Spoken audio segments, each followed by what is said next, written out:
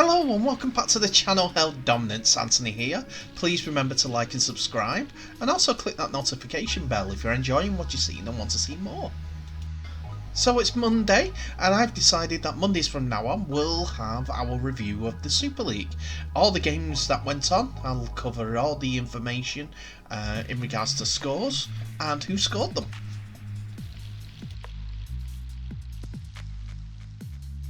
So following up from Saturday's video, we have a quick look into the first game that was played over the weekend. Well, I'd say first, but it was the live coverage TV game. You've heard my summary in regards to what went on for the game and what's going on with the two clubs, and it's Warrington versus Leeds Centurions. So just a quickly run down. Tries from Austin, Davis, Widdop, Charnley, Walker, Dorrow and Lynham, and 8 goals from Widdop gave Warrington a 44 points to 18 victory at the Hallowell Jones Stadium. Lee had Hood, Sow and Ione going over for their 3 tries, and Brayley kicking 3 goals. I do have to restate that Lee have not won a game this season, and they're in trouble of not winning one at all this season.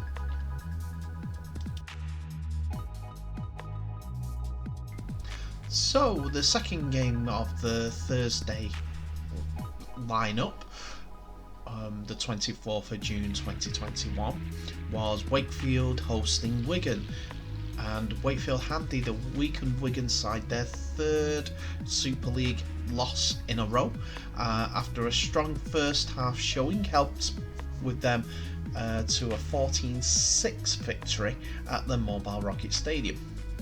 First half tries from Ryan Hampshire and Matty Ashurst put Trinity 12-0 up at half time, and although Omar Ilhamri scored in the second half for Wigan, it was not enough to stop Wakefield recording their 4th victory of the season.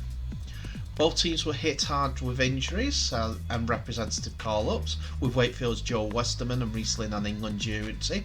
Kalipa Tanganoa and Liam Kay were with the Combined Nations All-Stars. Wakefield were also without Bill Tupu, who was still injured. Wigan were without 10 first-choice players, with the likes of John Bateman, Liam Farrell, Jackson Hastings, and all on representative duty, while Zach Herdacre, Tony Clubb and Brad Singleton were all suspended. Hooker Brad O'Neill made his debut for the Wigan Warriors from the bench, and rare starts for youngsters James McDonnell and Kai Pearce-Paul. It was Wigan who began the match stronger, Thomas Luai forcing his way over the line after 7 minutes, only to be held up. On the back of several penalties, the visitors continued to build pressure on Trinity's try line, but Wakefield were up to the task and repelled set after set with impressive defence. It was the home team who broke the deadlock first in the 16th minute through Hampshire. Tom Johnson, returning a kick, made a break down the left flank, finding the halfback in support for the try. Mason Lino's successful conversion gave Trinity a 6-0 lead. Errors from the Warriors ensured Wakefield remained in their opponent's half and enjoyed good field position. Shortly before half-time, Ashurst dived over from the for the home side's second try of the night, after a kick caused chaos in the visitors' line. Lino nailed the conversion to make it 12-0. At the break, it was 12-0 to Wakefield. In the second half, Wakefield continued their momentum, and Hampshire was forcing an early goal line dropout. Clear-cut attacking opportunities were rare for both teams, finding it hard at times to keep possession in the slippery conditions. The Warriors continued to probe for a response, and with 20 minutes left, Ethan Havard broke down through downfield. The prop was hauled down meters from the try line, and and Trinity scrambled to keep their line intact. But in the next set, Hanley crossed after a quick shift to the left to give Wigan hope. Harry Smith nailed the conversion to make it 12-6 with 18 minutes left. In the 68th minute though, David Fafita was held up over the try line as Wakefield looked to seal their own win. However, it mattered little, as with 7 minutes left, Lionel kicked a penalty to make it 14-6 and confirm the victory. So the last game of Thursday's lineup was Catalans' visit to the Menderhose jungle to face Castleford Tigers. League leaders Catalan maintained their best ever start to a Super League season with a first win at the Menderhose Jungle Stadium for 9 years. The French side, even though without Sam Tompkins and Tom Davis, who are on England duty, dominated for much of the match as they defeated the Challenge Cup finalists Castleford 16 points to 6 to extend their winning run to 6 matches. Tigers have now lost 5 of the last 6 in the league, but once again well below strength and youngsters Brad Graham and Sam Hall making their second appearances for the club. Castleford had Paul McShane on England duty and Peter Matautia and Sasuya Matangi away for the All-Stars, with Jake Truman and Gareth O'Brien still injured. Darryl Powell opted to start prop Liam Watts at standoff. Watts battled manfully in trying circumstances, but the home side struggled for creativity and were trailing 14-0 when Daryl Alford scored their only try 4 minutes from the end. Catalan were led superbly by prop Julian Busquet in absence of injured skipper Benjamin Garcia, and it looked routine for them as when Josh Drinkwater's cut-out pass gave left winger Fuad Yaha a run in at the corner for the game's first try at the 7th minute mark. Catalan Dragons coach Steve McNamara was forced to rejig his side when hooker Alex Discosta went off with a bleeding nose on 16th minute, but they coped admirably with the changes. McNamara switched exciting Arthur Morgrew to dummy half, with James Maloney dropping to fullback, with Samisoni Longi moving to pivotal standoff role and substitute Matt Whiteley going to centre. Maloney looked assured at the back and moved Langi into the thick of the action. Paid off midway through the first half when he pounced on the Tigers' handling error, I'll try and get my words out, to score his side's second try. Although Maloney had failed with both conversion attempts, the Catalan Dragons continued to look for the more creative side. Whiteley swooped on a handling error from Alford to give Drinkwater a clear run to the line, but he dropped the pass and Morgrew had a try disallowed for a forward pass as the score remained 8-0 at the interval. Castleford's defence kept them in the game, but they had to scramble early in the second half to bundle winger Matthew Laguerre into touch after former Tigers second row Mike McMeekin had gone close. Towering prop Sam Cafciano caused all sorts of problems for the home side with an array of ball handling skills as the French side piled on the pressure. Yaha had a try disallowed, but there was no stopping Laguerre on the other flank when he gathered in another Drinkwater pass over the top, and this time Maloney kicked the touchline conversion to stretch the lead to 14-0. Drinkwater kept his side on the front foot with a 40-20 kick, but the only addition to the score was a late penalty from Maloney, while Alford scored their consolation try for Castleford, which Danny Richardson converted. We then move on to Friday night's match, the 25th of June 2021, as Hull FC mounted a second half comeback to inflict Huddersfield's third successive Betfred Super League defeat with a 17 points to 10 triumph. The Giants were without 5 first-teamers due to their participation in England internationals against the Combined Nations All-Stars, and their lack of depth eventually told.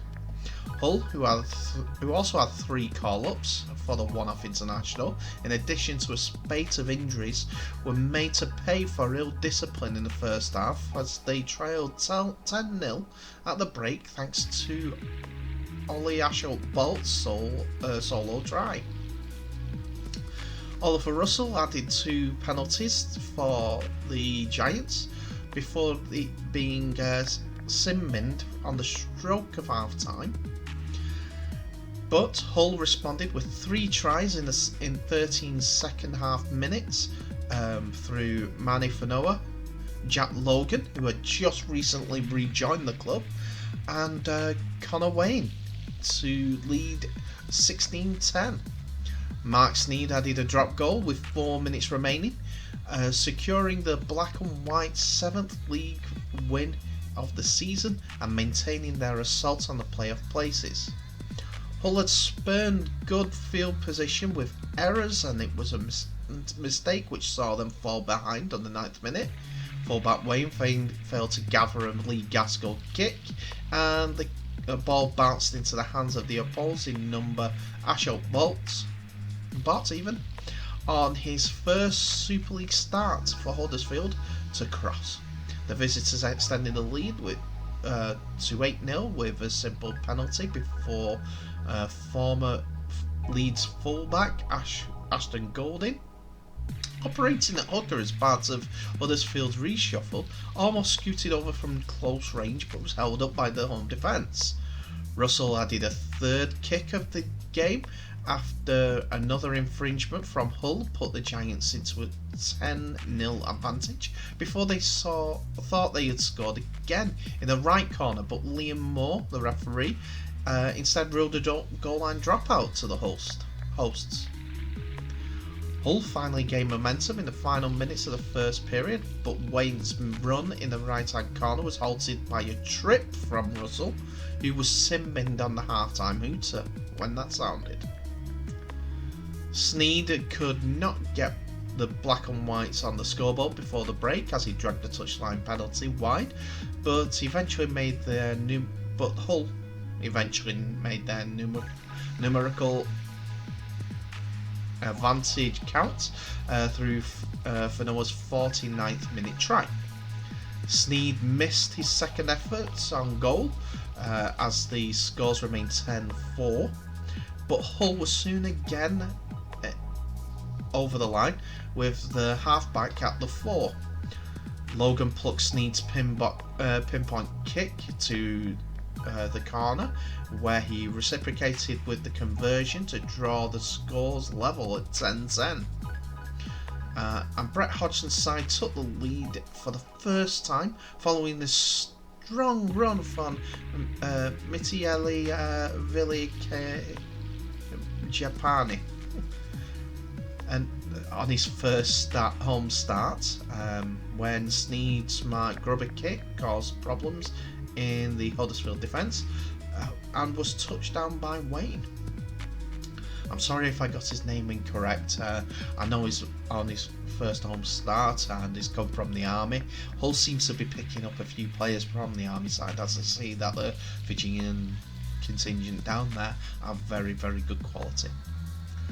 Sneed added his second kick to put the hosts into a 6-point advantage, and the halfback ensured that his side were victorious with his first successful drop kick attempt of the campaign, with 17-year-old forward Aidan Burrell coming on for his Hull debut late on. And the final game of the Super League weekend that was played because of COVID postponements saw Salford take on Leeds at the AJ Bell Stadium Sunday the 27th of June, kicking off at 1 p.m. The reason why I'm talking about this all a little bit more excited than normal is because I saw the first half properly and it was a tempestuous affair, let me tell you. So, Richie Myler and Jack Broadbent both scored 2 tries apiece as Leeds Rhinos powered past Salford Red Devils 38 points to 12 in a frequently ill-tempered clash at the AJ Bell Stadium, which saw referee Robert Hicks brandish 2 red cards and 3 yellows.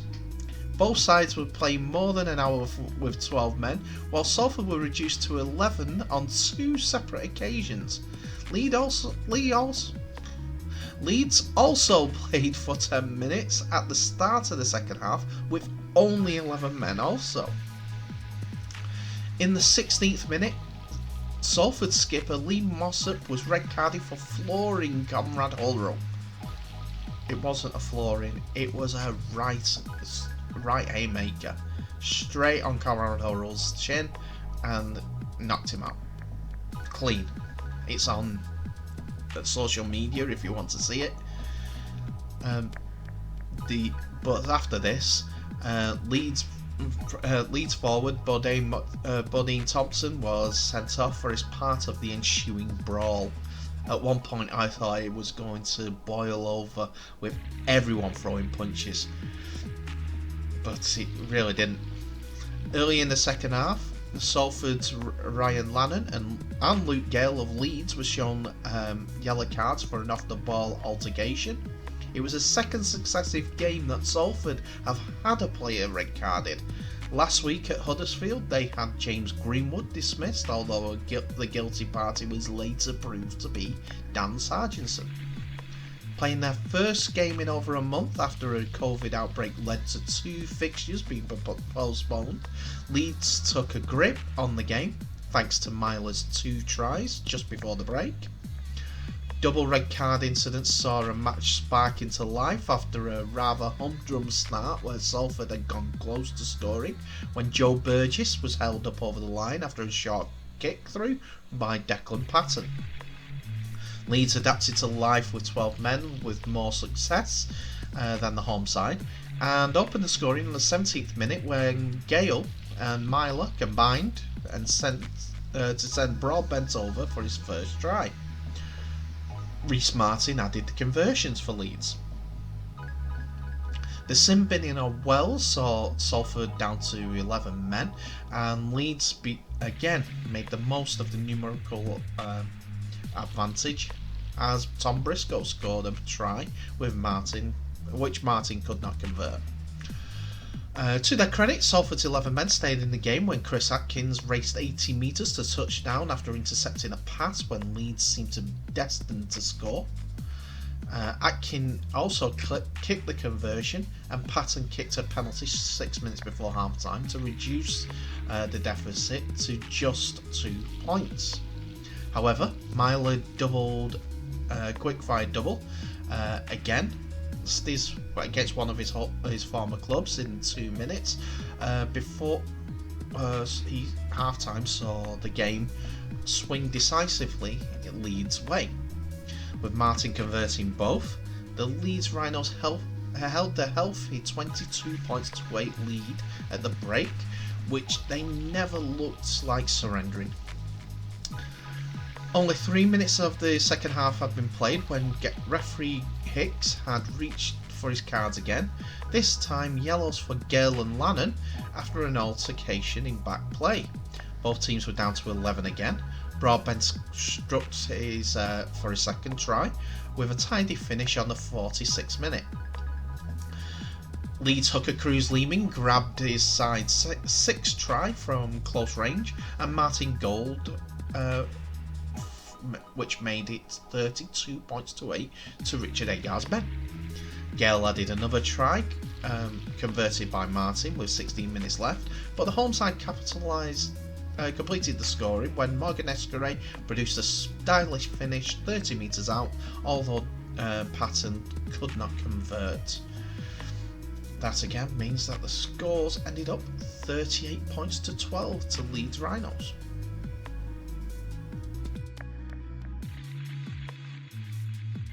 And that's it for another video, ladies and gentlemen. Thank you so much for watching. Please remember to like and subscribe, and also share this video worldwide so we can get the word out. We're rugby league fans, we're a rugby league family. The more people that watch it, the more people we get out there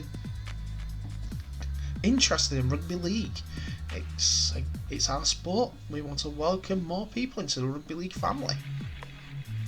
Anyway, in the meantime, I want to say thank you for watching, all the best, and I'll catch you in the next video.